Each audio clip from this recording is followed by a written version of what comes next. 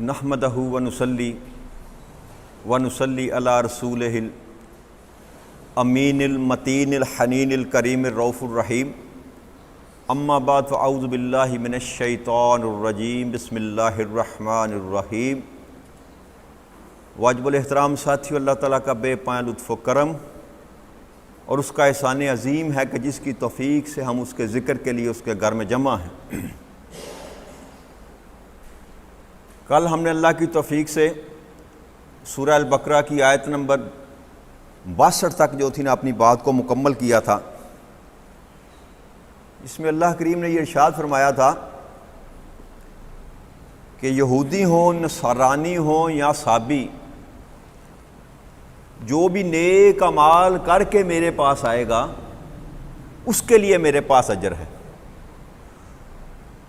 تو جو اہل یہود کے اندر یہ بات تھی نا کہ ہم اللہ کی لاڈلی قوم ہیں اور ہم سے ہرگز سوال و جواب نہیں ہوں گے، جنت کے وارث ہی ہم ہیں، یہ بخار تھا ان کو، جیسے ہمیں آج کل یہ بخار ہے نا، آقا کریم صلی اللہ علیہ وسلم کی امت کو یہ بخار ہے کہ ہم جنتی ہیں، ہم کچھ بھی کر لیں ہم جنتی ہیں۔ تو یہی بخار اہل یہود کو بھی تھا کہ ہم کچھ بھی کر لیں ہم جنتی ہیں۔ تو اللہ کریم نے اس بات کا رد کیا کہ اہل یہود ہو یا اہل نصارہ ہو یا صابی ہو، کسی بھی مکتبہ فکر کا بندہ ہو، اگر وہ صاحب عمل نہیں ہے تو وہ توقع نہ کرے کہ جنت اس سے میرے پاس اس کو ملے گی، میرے پاس اجر جو ملے گا اس کے عمل کے مطابق اس کو ملے گا۔ تو اللہ کریم نے اس بات کو کلیئر کیا کہ بندے کا عقیدہ درست ہونا چاہیے کہ محض جو ہے نا کسی نام کی نسبت آپ کو بخشوانے کے لیے کافی کچھ عمل بھی آپ کو کرنا پڑے گا۔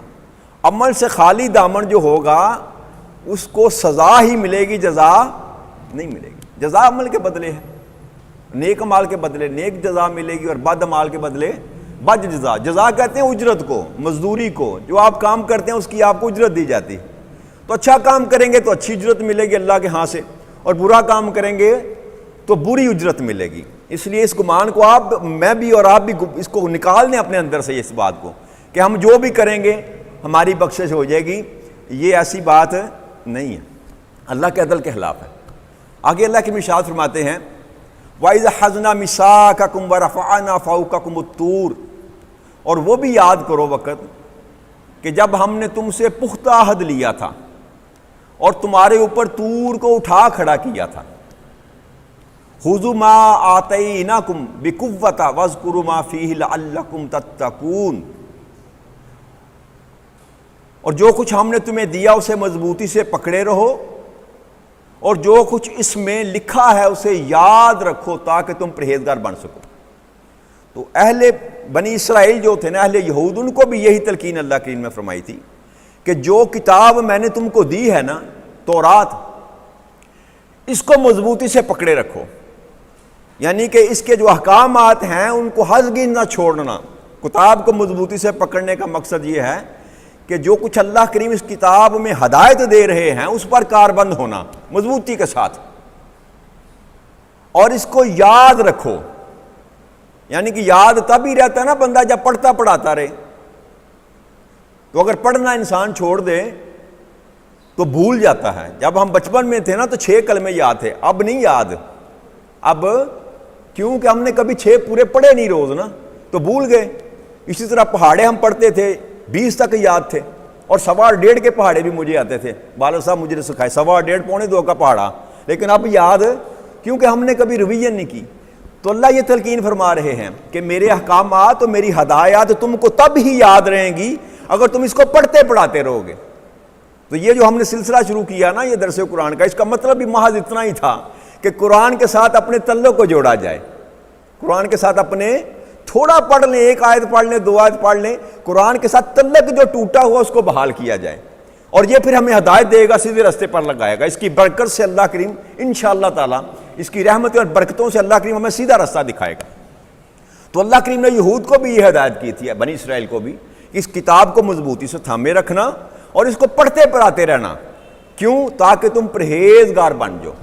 اور جس واقعہ کا اللہ کریم نے ذکر کیا نا کہ بنی اسرائیل نے جب پھر نافرمانی کی نا کوہ طور سے واپسی پر بھی وادی سینا میں آ کر، تو اللہ کریم نے کوہ طور پہاڑ کو اٹھا کر ان کے سروں پر ایسے کھڑا کر دیا، اور جب وہ انہوں نے دیکھا کہ پہاڑ ہمارے سروں کے اوپر ہے اور گر نہ جائے کہیں پر، تو پھر ساری کی ساری قوم سجدے میں پڑ گئی، ساری کی ساری قوم سجدے میں پڑ گئی کہ اللہ ہم سے غلطی ہو گئی، اللہ ہمیں معاف کر دے، توبہ کرنی شروع کر دی۔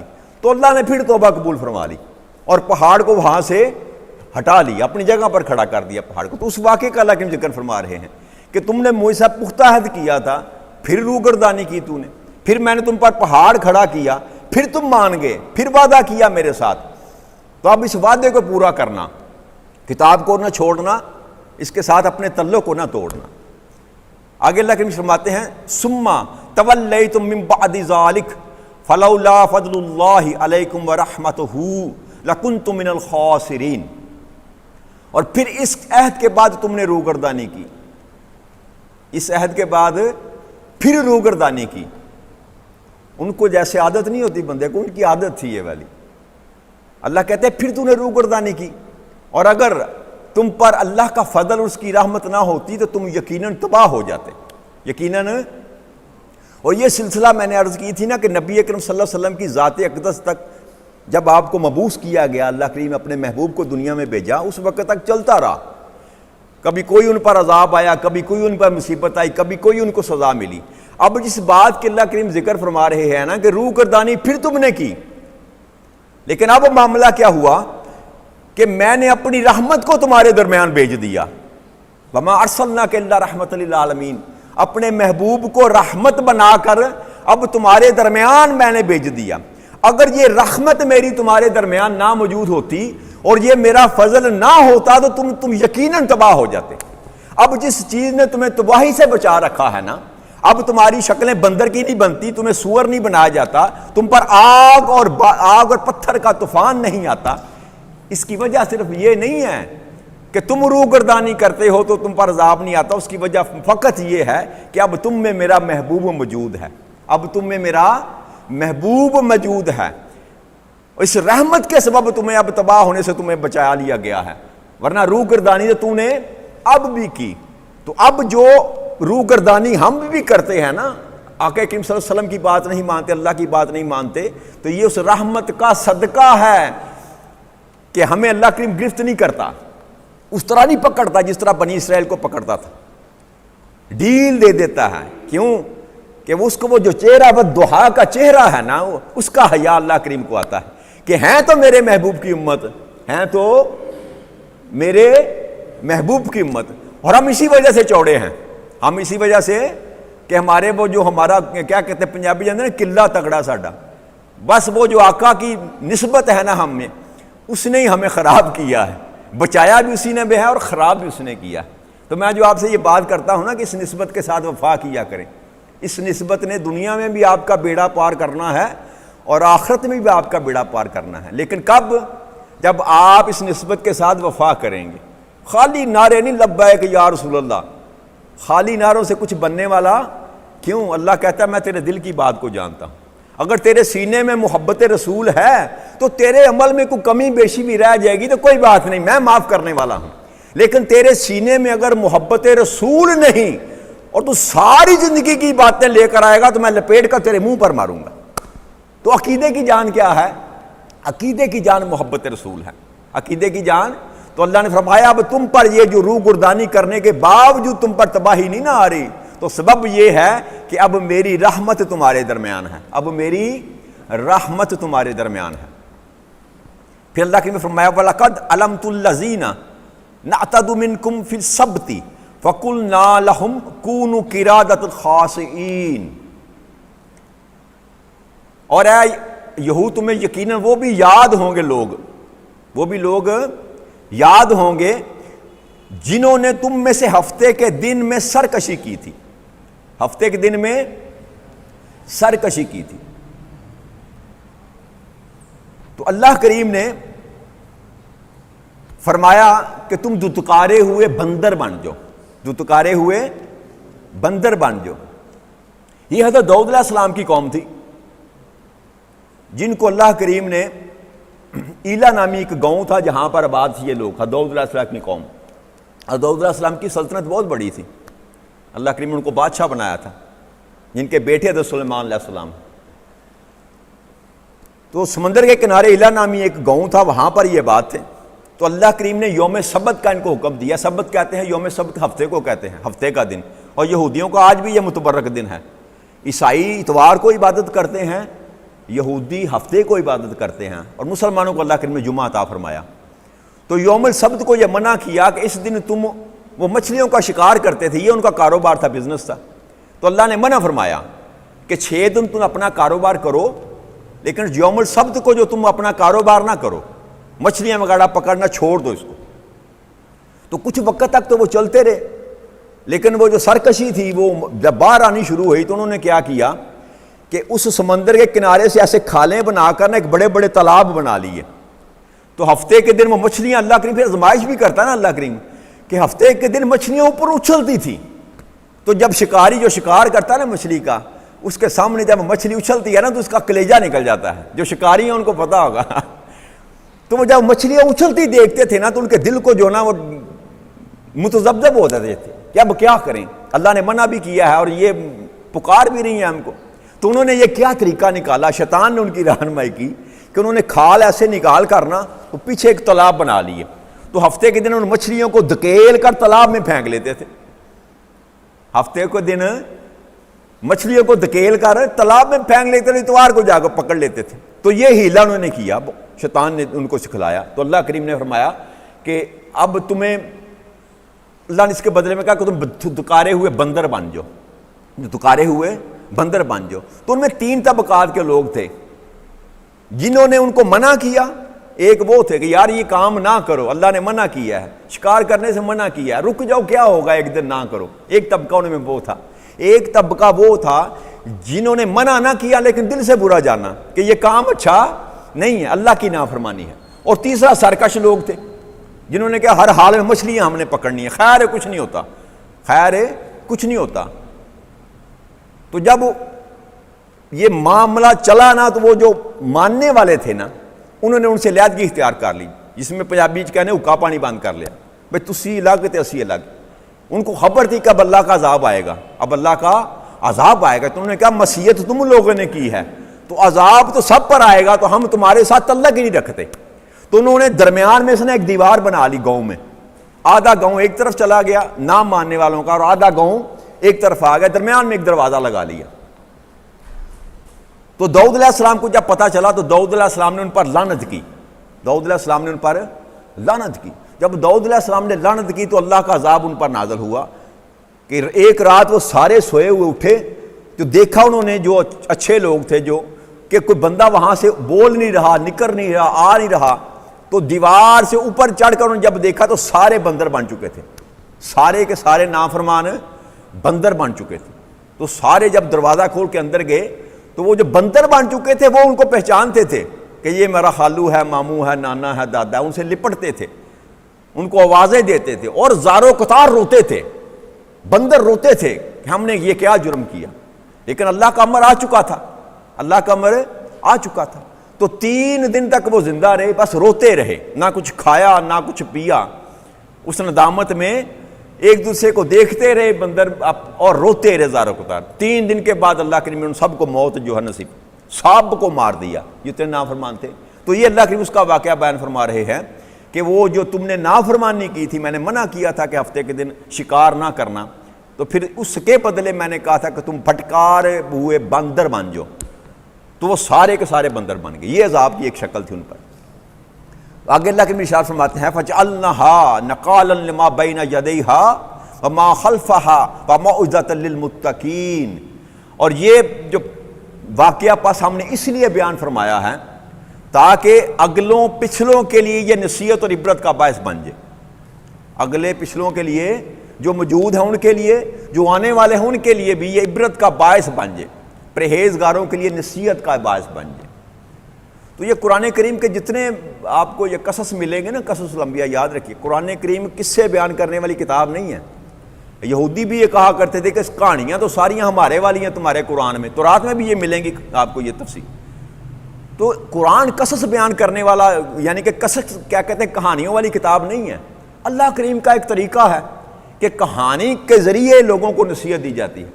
تو کہانی کے ذریعے نصیحت جو ہے نا وہ یاد رہتی ہے انسان کو. یاد رکھیے ہم جب چھوٹے تھے, آپ بھی چھوٹے ہوں گے, تو آپ کے گھر میں بھی آپ کے دادا دادی یا آپ کے چچا پاپا کہانیاں سنایا کرتے بچوں کو. ایک بادشاہ تھا, وہ بڑا رحم دل تھا, تو کچھ یاد نہ رہے انسان کو, تو اتنا تو یاد رہتا تھا کہ ایک بادشاہ تھا وہ جو بڑا رحم دل تھا. اصل جو بات ہوتی ہے نا وہ انسان کو یاد رہ جاتی ہے. چھوٹے بچوں کو ہم کتابیں دیتے ہیں, اس میں بھی کہانیاں ہوتی ہیں. تو کہانی کا مقصد صرف یہ ہوتا ہے میرے بھائیوں کہ بات آسانی سے سمجھ آ جائے, بات آسانی. تو اسی لیے اللہ کریم, کیونکہ اللہ کا کلام ہے, اس کو سمجھنا ہر انسان کے پاس کا روگ نہیں ہے. تو اللہ پھر یہ اللہ کریم جو انسان کے معیار کے مطابق نہ اس سے بات کرتا ہے کہانی کے ذریعے, تاکہ بندے کو بات سمجھ آ جائے.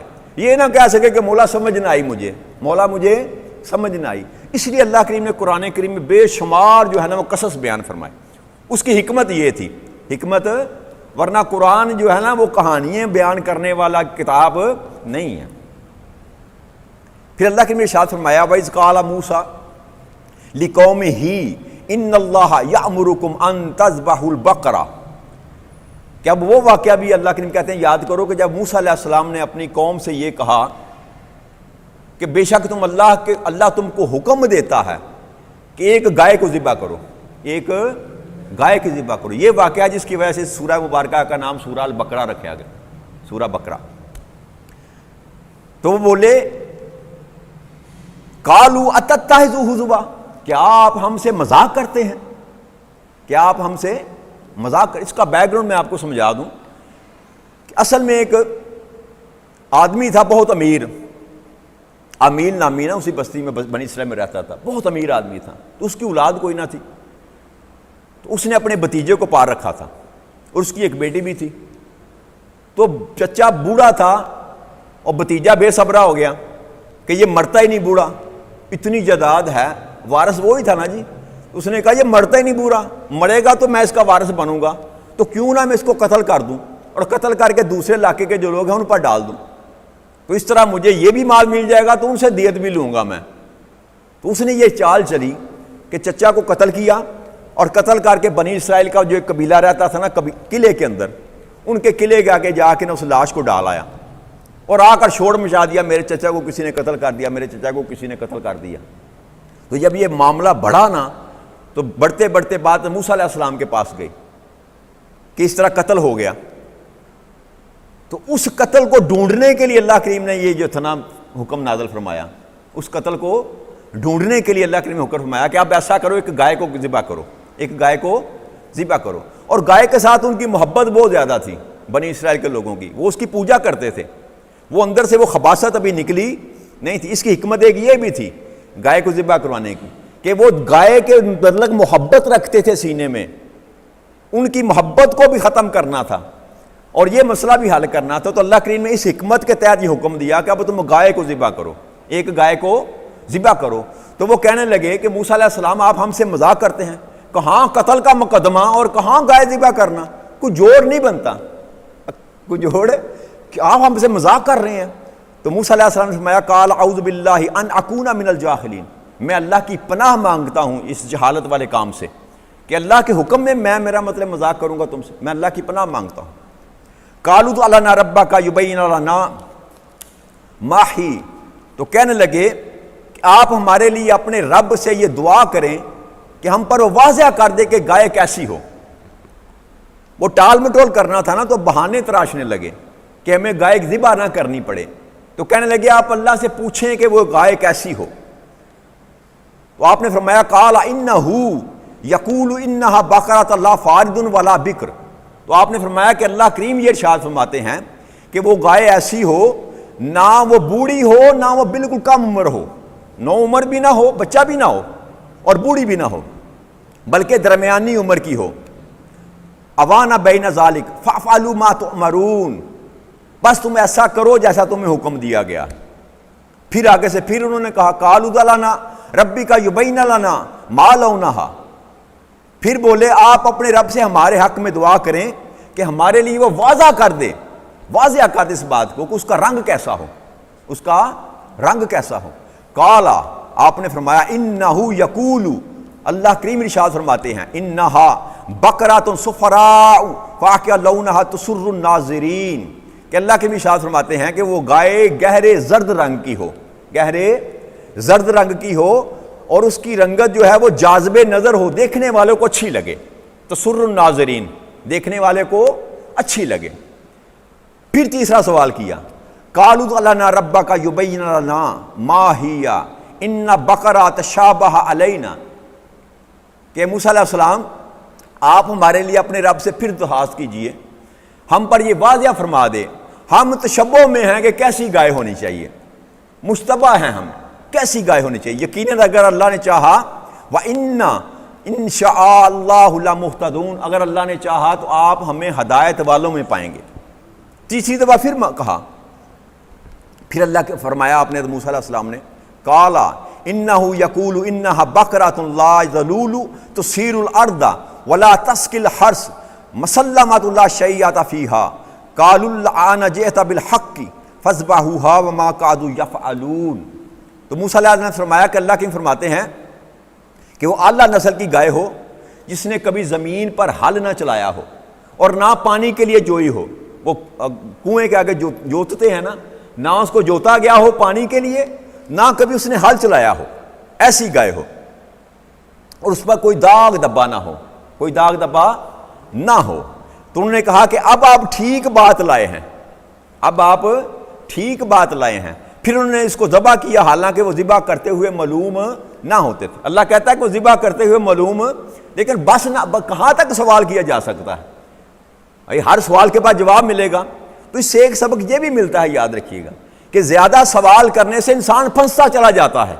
جب اللہ نے کہا کہ گائے ذبح کرو، کوئی سی بھی گائے پکڑ کے ذبح کر دیتے تو حکم کی تعمیل ہو جاتی، بٹ جب سوال کیا تو اللہ نے پابندی لگا دی۔ اب اس پابندی کے اندر آ گئے، اور جس گائے پر انگلی رکھی گئی نا کہ یہ گائے ذبح کرو، وہ گائے وہ تھی جس کی وہ عبادت کرتے تھے، جس کی وہ ٹھیک اس مقام پر خود ہی لے کر گئے کہ وہ جو زرد سونے کے رنگ کی گائے تھی بڑی فربا، اس کے وہ اپنا معبود سمجھتے تھے، تو اس مقام پر اللہ کریم خود ہی ان کو لے کر گیا کہ اب اس گائے کو ذبح کرو۔ تو پھر اپنے ہاتھوں سے اللہ کریم نے ان کے معبود کو ذبح کروایا، جس کو دل سے وہ معبود مانتے تھے، ظاہری مسلمان بنے ہوئے تھے جو موسیٰ علیہ السلام کو مانتے، لیکن اندر اس کی محبت جو تھی وہ موجود تھی۔ تو پہلا کام تو اللہ کریم نے یہ کرایا کہ ان کے اندر جو معبود بسا ہوا تھا نا، اس کو ذبح کروایا انہی کے ہاتھوں سے، کہ یہ تمہارا معبود نہیں ہے، ہو ہی نہیں سکتا، جس کو تم اپنے ہاتھوں سے ذبح کر رہے ہو تمہارا معبود کیسے ہو سکتا؟ تو اپنے ہاتھوں سے ذبح کروایا ان سے۔ تو اس کے بعد اللہ کریم نے پھر وہ جو قتل کا معاملہ تھا اس کو ڈھونڈنے کے لیے ارشاد فرمایا، وَإِذْ قَتَلْتُمْ نَفْسًا فَدَارَأْتُمْ فِيهَا، اور جب تم نے ایک شخص کو قتل کر دیا پس تم آپس میں جھگڑنے لگے، ایک دوسرے پر الزام لگانے لگے، وَاللَّهُ مُخْرِجٌ مَا كُنتُمْ تَكْتُمُونَ، ظاہر فرمانے والا تم اللہ ہے جسے تم چھپا رہے ہو، کہ اللہ اب ظاہر کرے گا جس بات کو تم چھپا رہے ہو۔ تو حکم اللہ کریم نے فرمایا وَقُلْ نَضْرِبُوا بِبَعْضِهَا، اب اس گوشت کا ٹکڑا، اس گائے کا گوشت کا ٹکڑا لے کر جو ہے نا اس میت کو مارو، اس مردے کو مارو۔ حکم یہ دیا وَيُرِيكُمْ آيَاتِهِ لَعَلَّكُمْ تَعْقِلُونَ، اس طرح اللہ مردوں کو زندہ فرماتا ہے اور تمہیں اپنی نشانیاں دکھاتا ہے تاکہ تم عقل و شعور سے کام لو۔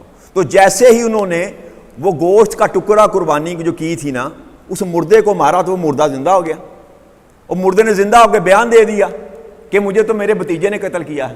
میرے بعض روایت میں آتا ہے کہ بعد میں وہ پھر مر گیا، بیان دینے کے بعد پھر مر گیا، بعد میں روایت میں آتا ہے کہ اس کو پھر زندگی دے گی۔ لیکن وہ جو مقصد تھا نا اللہ کریم کا، ایک ان کے معبود کو ان کے سامنے ذبح کروانا اور دوسرا اس قتل کا مقدمہ حل کرنا، تو دونوں کام اللہ کریم نے ایک حکمت سے لیے، گائے کو ذبح کر انہی کے ہاتھوں سے ذبح کروا کے۔ جب گوشت کا ٹکڑا مارا وہ اٹھ کر بیٹھ گیا، اس نے کہا کہ مجھے تو اس نے قتل کیا ہے، مجھے تو اس نے قتل کیا ہے۔ تو اس گواہی کے بعد پھر اس کو پھانسی دے دی گی۔ اللہ کہتا ہے میں پھر یہ بھی دکھایا دنیا کو کہ میں اس طرح مردے کو زندہ کرتا ہوں، جس کو تم نے قتل کر دیا، جس کا سر تم نے جان سے جدا کر دیا، میں اگر چاہوں تو اس کو ایسے زندہ کرتا ہوں۔ تو اس میں سبق کیا ملا؟ سبق یہ ملا کہ جب احکامات شریعہ میں سے کوئی آپ کو پیغام ملے نا تو اس پر بحث نہ کیا کریں، اس پر بحث نہ کیا کریں۔ علم انسان کس لیے حاصل کرتا ہے؟ ہمارے اندر یہ بیماری ہے بڑی، بہت زیادہ بیماری ہے، 2 کتابیں ہم نے پا نہ پڑھی تو بھاجی مسیتاں بڑی۔ جو 2 کتابیں پڑھ لیتا ہے نا وہ سب سے زیادہ جھگڑالو بن جاتا ہے دین پر۔ تو اللہ کریم اگر آپ کو علم دے نا تو اس پہ استفادہ کریں، لوگوں کی بھلائی سے کام لیں، جھگڑا نہ کریں، فتویٰ بازی کا ماحول نہ بنائیں۔ یہ سوال و جواب انسان کو مرواتے ہیں، یاد رکھیے گا۔ علم حاصل کرنے کے لیے نا بات ہے، علم حاصل کرنے کے لیے، لیکن اپنے آپ کو دکھانے کے لیے کہ میں بڑا عالم ہوں، میں بڑا فاضل ہوں، اس سے پرہیز کرنی چاہیے۔ احکامات شریعہ کو جیسے اللہ نے حکم دیا مان کر بس سر سجدے میں جھکا دیں، نیچے جھکا دیں، فائدہ ہو جائے گا۔ ورنہ اگر آپ اس میں سے رستے نکالنے شروع کریں گے تو بربادی کے سوا آپ کو کچھ نہیں ملے گا۔ اس لیے قرآن کریم کے ساتھ ایک تو اپنے تعلق کو جوڑیں، پڑھا کریں۔ جو لوگ یہاں بیٹھتے ہیں جو تو اچھی بات ہے، مہربانی ان کی آ جاتے ہیں، ان کی دعوت قبول کی۔ جو نہیں آتے نا ان کو پیغام دے، کم از کم ایک آیت پڑھ لیا کریں یار روز کو، صبح اٹھ کے نا قرآن کا دیدار کیا کریں، اس سے دیکھیں آپ کو کیسی برکتیں ملتی ہیں۔ اللہ کریم آپ کو اور مجھے دین محمدی پر چلنے کی توفیق عطا فرمائے۔ وما علینا الا البلاغ المبین۔ والسلام علیکم ورحمۃ اللہ وبرکاتہ۔